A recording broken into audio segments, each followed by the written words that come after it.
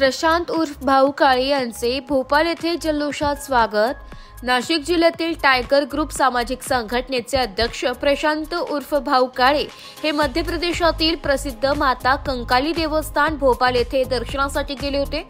या धार्मिक आणि सामाजिक भेटीच्या निमित्ताने भोपाळमध्ये त्यांचे मोठा उत्साहात स्वागत करण्यात आले। या विशेष प्रसंगी किंग ऑफ भोपाळ म्हणून ओळखले जाणारे गोपालभाई यांनी स्वतः पुढाकार घेऊन प्रशांत उर्फ भाऊ काळे यांचे जल्लोषात स्वागत केले। पारंपरिक पद्धतीने पुष्पहार, फटाके आणि ढोल ताशांच्या गजरात त्यांचे आगमन झाले। स्वागत सोहळ्याला भोपाळमधील टायगर ग्रुपचे स्थानिक पदाधिकारी, समाजसेवक व मित्रपरिवार मोठ्या संख्येने उपस्थित होते। प्रशांत उर्फ भाऊ काळे यांनी देवीचे दर्शन घेऊन संपूर्ण महाराष्ट्रासाठी सुख, शांती व समृद्धीची प्रार्थना केली आहे। यावेळी त्यांनी भोपाळ येथील स्थानिक सामाजिक कार्यकर्त्यांशी संवाद साधून पुढील सामाजिक उपक्रमांसाठी सहयोगाचे आश्वासनही दिले। या भेटीमुळे महाराष्ट्र मध्य प्रदेश यांच्यातील सामाजिक व आध्यात्मिक बंध अधिक दृढ झाले।